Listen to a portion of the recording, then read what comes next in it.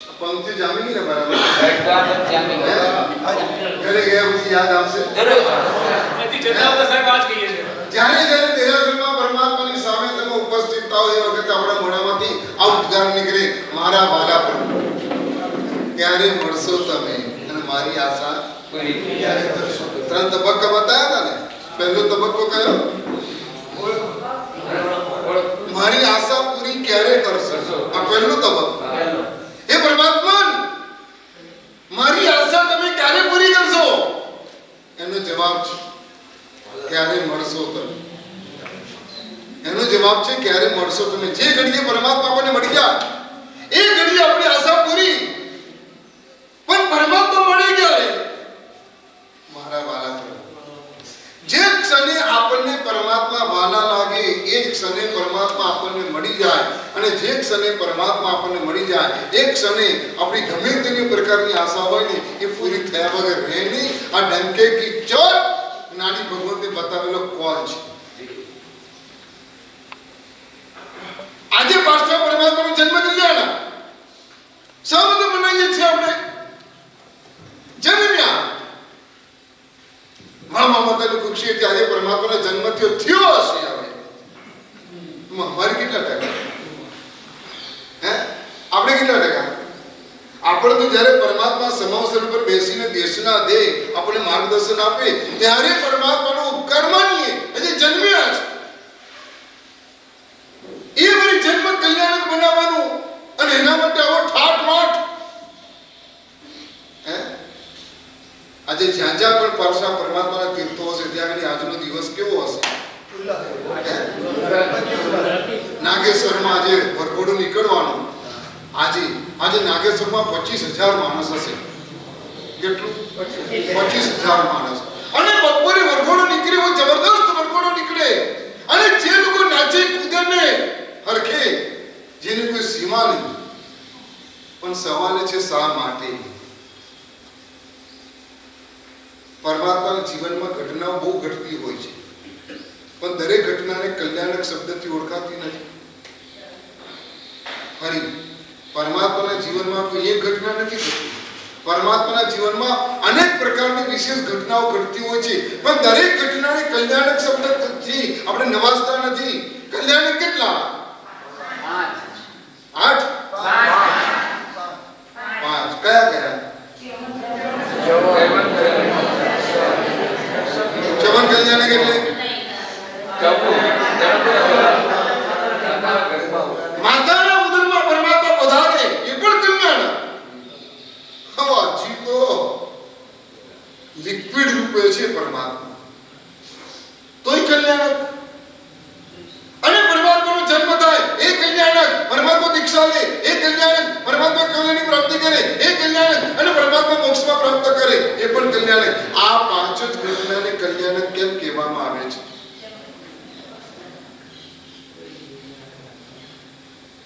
પરમાત્માની પાસે જે સાધનાની શક્તિ છે છેલ્લા 3 ભવથી તીર્થંકર પરમાત્મા સાધના કરતા હોય છે સિદ્ધ બનવા માટે કોઈ સાધના કરવાની કોઈ સમયની મર્યાદા નથી 48 મિનિટ પહેલા કુંકાર ભયંકર ક્રોધી અને ક્રૂર વ્યક્તિ હોય અને 4-5 ખૂન કરી નાખ્યા હોય આપણને એમ લાગે એને સાતમી નરકમાં જગ્યા મળશે કે કેમ પણ 48 મિનિટનું જે આપણને સમાચાર મળી ગયું મોક્ષમાં જતો રહ્યો શું સમાચાર બને આપણે મોક્ષમાં જતો રહ્યો સિદ્ધ ગતિ પ્રાપ્ત કરવા માટે સિદ્ધ બનવા માટે કોઈ એવી સમયની મર્યાદા નથી પણ જેને જેને તીર્થંકર બનવું હોય એને 3 ભાવની સાધના કરવી જ પડે અને 3 ભાવની સાધનામાં કરે શું તેમની પાસે જે તેજસ શરીર હોય છે આપણી પાસે પણ છે અત્યારે આપણી પાસે અત્યારે 3 શરીર છે એક તો દેખીતું શરીર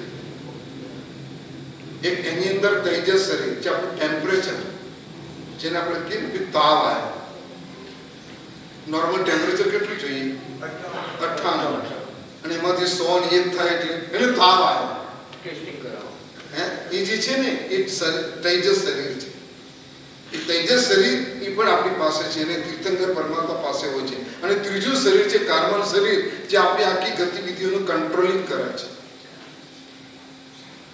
તમે અહીં આવી શક્યા છો કાર્બન શરીરના હિસાબે, તમે જશો કાર્બન શરીરના હિસાબે, તમે સાંભળો છો કાર્બન શરીરના હિસાબે, તમે સમજો છો કાર્બન શરીરના હિસાબે, તમે જેટલી મોમેન્ટ કરો છો આ બધી કાર્બન શરીરના સપોર્ટથી તમે કરો છો, એ સિવાય કરી શકો. તો પરમાત્મા ત્રીજા ભક્તિ જે સાધના કરે છે એ સાધનામાં તૈજસ શરીરને પાવરફુલ બનાવે છે. અને એમ કરતા કરતા કરતા બે ભવ જાય અને ત્રીજા ભવમાં આવે, જેવા આવે એટલે તૈજસ શરીરનો વિસ્ફોટ થાય, જબરદસ્ત મોટો વિસ્ફોટ થાય, એટલો મોટો વિસ્ફોટ, એટલું મોટું બ્લાસ્ટિંગ કે 14 રાજલોકની અંદર પ્રકાશ પ્રકાશ પ્રકાશ પ્રકાશ ફેલાઈ જાય. નારકીઓની અંદર અંધકાર, ભયંકર અંધકાર, ત્યાં પણ પ્રકાશ થઈ જાય. અને માત્ર પ્રકાશ ન થાય, એક ક્ષણે ભયંકરમાં ભયંકર વિવાદો માણસ હોય, ભયંકરમાં ભયંકર દુઃખી માણસ હોય, નારકીની અંદર સતત કન્ટિન્યુઅસ એ દુઃખને અનુભવતો હોય, પણ જે વખતે પરમાત્માનું કલ્યાણ થાય એ વખતે એને પણ ક્ષણભર આનંદ થાય, એની વેદના દૂર થઈ જાય. એના અસાતા વેદની કર્મને દાબવાની તાકાત કોના? તીર્થંકરમાંની તીર્થંકરના તૈજસ શરીર. તો પરમાત્માનું જન્મ કલ્યાણ, એમાં પણ તૈજસ શરીરનો જોરદાર વિસ્ફોટ થાય અને 14 રાજરૂપમાં અજવાળું અને આનંદ ફેલાઈ જાય. અને જેવો પરમાત્માનો જન્મ થાય અને ઇન્દ્ર મહારાજાનું સિંહાસન કંપાયમાન થાય, 56 દી કુમારિકાઓનું સિંહાસન કંપાયમાન થાય, દોડતા દોડતા બધા પરમાત્માની ભક્તિ કરવા માટે આવે. ઇન્દ્ર મહારાજા પણ તૈયાર થઈ જાય, તૈયાર થઈ જાય, ચલો. અને પેલા હરિલેખવી દેવી કે ઘંટ વગા, 32 લાખ વિમાનની અંદર એક સાથે ઘંટ વાગે. ક્યાં? ક્યાં? દેવલોકમાં. અને બધાને ખબર પડી જાય કે પરમાત્માનો જન્મ કલ્યાણ થયું છે. અને ઇન્દ્ર મહારાજે ચાલો બધા જ આત્મ ભક્તિ મળ્યા કે દેવા કહેતા બીતન જાય. પછી નારી પ્રેર્યા ભડી પુરની જબર ધર્મી ધર્મ સખાઈ. કેટલાક આત્મ ભક્તિથી ચાલો ચાલો ચાલો પરમાત્માનો જન્મ કલ્યાણ છે, આપણે જઈએ ચાલો. કેટલાક જવા તૈયાર ન થતા હોય, તેની પત્ની કે એટલે પતિ ગયું, પત્ની કે એટલે પંકજ, જવું જ પડે. પછી નિજ કુલો વાટ પરમાત્માનો જન્મ કલ્યાણ આપણે જવાના, આવા પ્રસંગે આપણે જવાના. અને આગળ વધીને કહે છે કેટલાક તીર્થો એવા હોય કે એમની ઈચ્છા ન થાય, બેસી રહ્યા હોય. અને ઇન્દ્ર મહારાજ જતા પીને બેસી રહ્યો, ચલો ઉઠ, ચલો જાઓ તમે, મારે નથી આવું. અરે ઉભો થા, મારી ઈચ્છા નથી આવતી, મારે નથી આવું. કીધું ને ઉભો થા. અરે પણ આજે નથી આવું, હુકમે કરી દે કઈ દેવા, હુકમે ઇન્દ્ર મહારાજ હુકમે છે, બધા ચાલ. પેલાને ઉભા થવું પડે. જબરદસ્તીથી ધર્મ કરવામાં ફાયદો કરો વીરોભાઈ, થાય તો ખરો ને, તો થાય જ. જબરદસ્તીથી પણ બુંદીનો લાડવો જબરદસ્તીથી કોઈના મોઢામાં નાખો તો કડવો લાગે? વગર ઈચ્છા ખાય તો કોરોના થયો હોય તો કોરોના થયો જ કડવો લાગે, બાકી તો ગળે જ લાગે. એ અભવી આત્માને કડવો લાગે, બાકી જેટલા ભવી છે એને તો મીઠો જ લાગે. ઇન્દ્ર મહારાજ સમજે છે આવો બલાત્કાર કેમ કરે, જબરદસ્તી કેમ કરે છે, સમજે છે કે મારા પરમાત્માની તાકાત એટલી બધી છે, કોઈ પણ બહાનાથી, કોઈ પણ નિમિત્તથી, કોઈ પણ સંજોગથી મારા પરમાત્માના સંપર્કમાં કોઈ પણ વ્યક્તિ આવે એનો ઉદ્ધાર થાય નહીં, થાય જ. પરમાત્માની કરુણા કેવી, મારે એને પણ તું તારે, મારે એને પણ તું તારે એવી તારી કરુણા, વાંક વિના રંજાડે તુજને એવા કઈક ન ગુના. પરમાત્માનો કોઈ વાંક નહીં, કોઈ કસર નહીં, કોઈ અપરાધ નહીં, અને છતાં પરમાત્માને હેરાન કરે. પેલો ગોવાળિયો, પેલો સુરપાણી, પેલી કઠપુતલા, પેલો ચંડકોશી, પેલા અનાર્યો, એક લોકોએ પરમાત્માને કેટલા હેરાન કર્યા છે. એમનું ભગવાને કશું બગાડ્યું નથી, છતાં પણ ભગવાનને હેરાન કરે.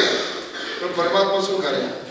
તેરી એસી કે તેસી પેલા ગોવાળે મારવા આવે એ તારા વડા હાથમાં કીધું તું હે નાનો ઢળકાવે ચાલ રાખ ભાગી દી અને ગોવાળે વધારે બોલે અને એક ઝાપડ મારે ને પરમાત્મા તો પેલાની 32 એ 4 ગોઠમ રાખે છે એટલી તાકાત પરમાત્મા પેલે ચંડકોદિક ધસમસ તો આવ્યો અને પરમાત્મા એક હાથમાં લઈને એમ ફેંકે ને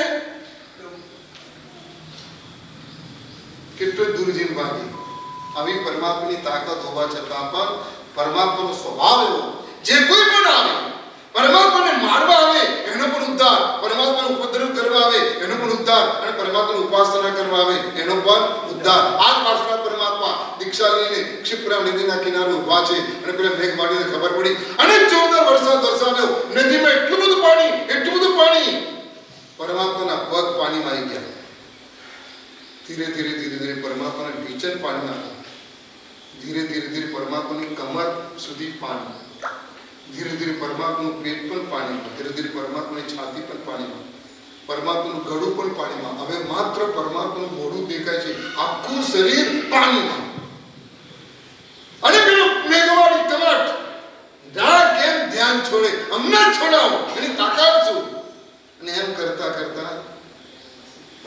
અહીં સુધી પાણી આવ્યું અને ત્યાં ધર્મેન્દ્રનું સિંહાસન ચલાવવાનું થઈ ગયું પરમાત્માનું પુણ્ય હોય તમારું પુણ્ય જોરદાર હોય ને ત્યારે તમે જે ઓળખતા ના હોય ને એને પણ તમારને સહાય કરવાનું મન થાય તમે ઓળખતા ના હોય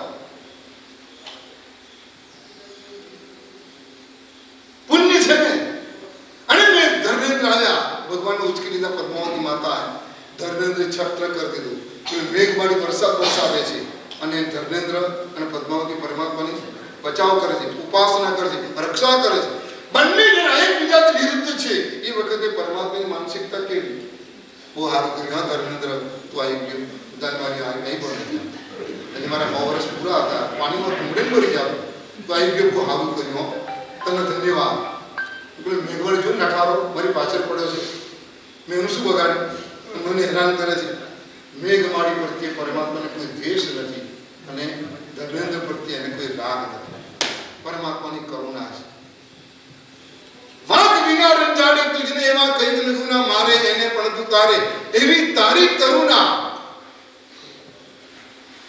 અને પરમાત્માને લઈ જાય મેં ઇન્દ્ર માર જાય મેરુ પર્વત ઉપર અને મેરુ પર્વત પર લઈ ગયા પછી શું કરે અભિષેક કરે હે અભિષેક કેટલા કરે કેટલા અભિષેક પરમાત્મા અભિષેક કરે ને કેટલા કલશથી કરે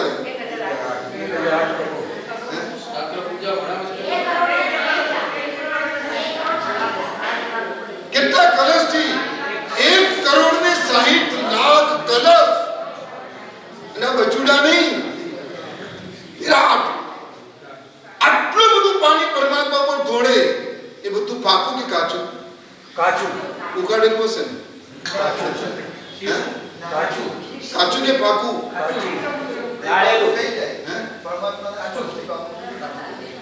કાચું કે પાકું પાકું થઈ જાય તમે તમારા ઘરનું બહુ બોલો ને પરમાત્માનું શરીર બહુ ગરમ હોય હે કાચું પાણી હોય કાચું પાકું નહીં અને આટલું બધું પાણી વેરે પેલો પરમાત્મા પોતાના પર દોડે ઇન્દ્ર મહારાજા તો પરમાત્માને કહે છે એ શું કરે છે આ પાણીના એક બિંદુની અંદર અસંખ્ય જીવો હોય છે કેટલા અસંખ્ય જીવો હું મારા સાધુઓને કહેવાનું છું કે પાણી ઘીની જેમ વાપરજો પાણી ઘીની જેમ વાપરજો સાધુપનાની અંદર ઓછામાં ઓછા પાણીથી જીવન ચલાવજો ઓછામાં ઓછા પાણીથી અને ક્યાંય કાચું પાણી અડી ના જાય એની તકેદારી રાખજો હું આવો ઉપદેશ દેવાનો અને તમે આટલું બધું પાણી મારા પર દોડો છો રહેવા દો એક નાની બાલ્ટી લઈ આવો એ પરમાત્માનું શરીર કેટલું હોય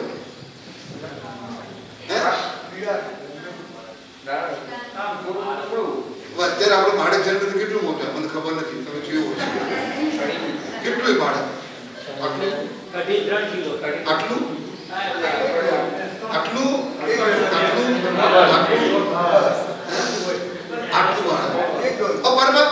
પરમાત્માની કહે આપણા કરતા દોડી હશે તો દોડ હશે આટલું હશે આટલા નાના ભગવાન અને એના પર આટલું બધું પાણી ધોડે પરમાત્મા નાના કે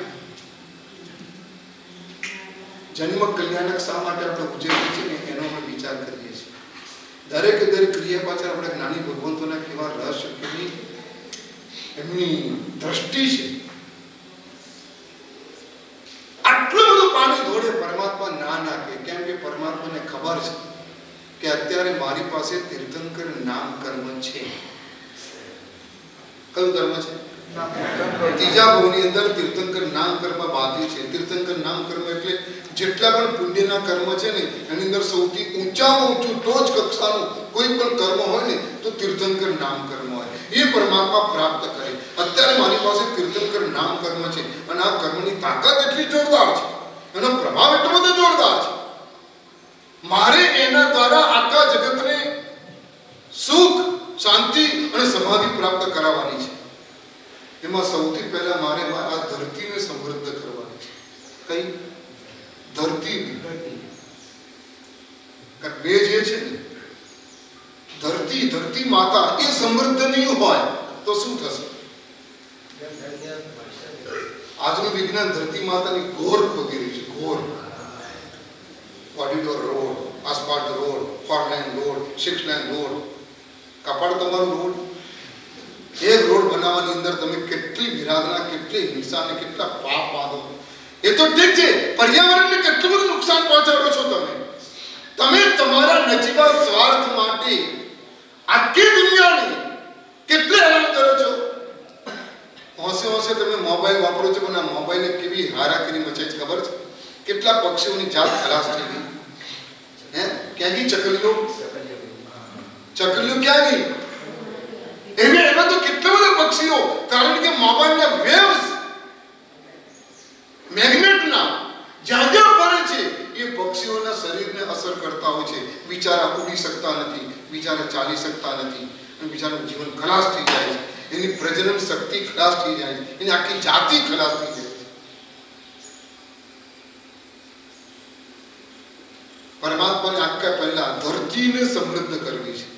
માટે જ આપણે ક્યાંય પણ આરાધના કરીને પહેલા ક્ષેત્રફળની સ્થાપના કરીએ છીએ ને નહીં. માટે કિન્નર જોઈએ કે આપણને આદેશ આપ્યો છે એ અનુસાર આપણા આગેવાનો આવી ગયા છે. સુમેર નૌકાર તીર્થના કરતા આ 4 જોવાની આવો સુમેર નૌકાર તીર્થ એવા પ્રાપ્ત થયા છે. અમારી કેટલાય વર્ષોથી અમારી ઉમ્મીદ હતી, એક અરમાન હતા કે આપણે ગીડા મીડિયા એ તો કરે જ છે પણ એની સાથે સાથે આવા જુવાન દર્જનના આવા જુવાન વ્યક્તિઓ જો આ સુમેર તીર્થને હાથમાં લઈને બાપદર પોતાના હાથમાં લઈ લે તો ખરેખર આના જાઓ જેરાની જબરજસ્ત વધી જાય. અને એ સ્વપ્ન અમારું દાદાએ સાંભળ્યું અને આજે ચર્ચા જોવાનું. આજે એમના થકી આપણે આટલી સુંદર આરાધના કરી રહ્યા છીએ.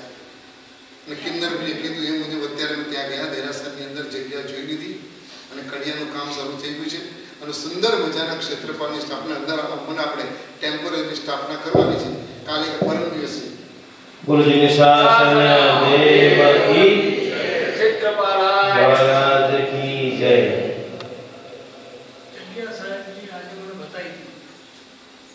અમે જોઈ લીધી. હા, બહુ સરસ જગ્યા છે, ઉચિત જગ્યા છે. ત્યાં આગળ કામ શરૂ થઈ ગયું છે અને આવતીકાલે લગભગ સમય હશે તો આપણે એક હોમ નાનો ક્ષેત્રફળનો હોમ કરીને આપણે ક્ષેત્રફળની સ્થાપના કરીશું. પછી ફરી જ્યારે આવીશું ત્યારે વ્યવસ્થિત રીતે એની સ્થાપના કરીશું. સંકટચૂરા, આશાપુરમ, ક્ષેત્રફળ દાદાની સ્થાપના આપણે અત્યારે કાલે કરવાની છે. એટલે પહેલી વાત ધરતીને સમૃદ્ધ કરવાની. એટલે પરમાત્મા એટલા માટે ઇન્દ્ર મહારાજા લઈ જાય છે ત્યાં જાય છે.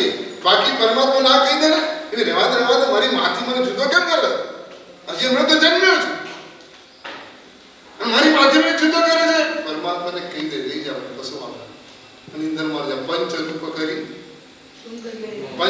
કરી આવ્યો સુરપતિ મેરુ શિખર નવરા. અને મેરુ પર્વત પર 1 લાખ યોજન મેરુ પર્વત એના પર પરમાત્મા બિરાજમાન કરે અને પછી અભિષેક કરે.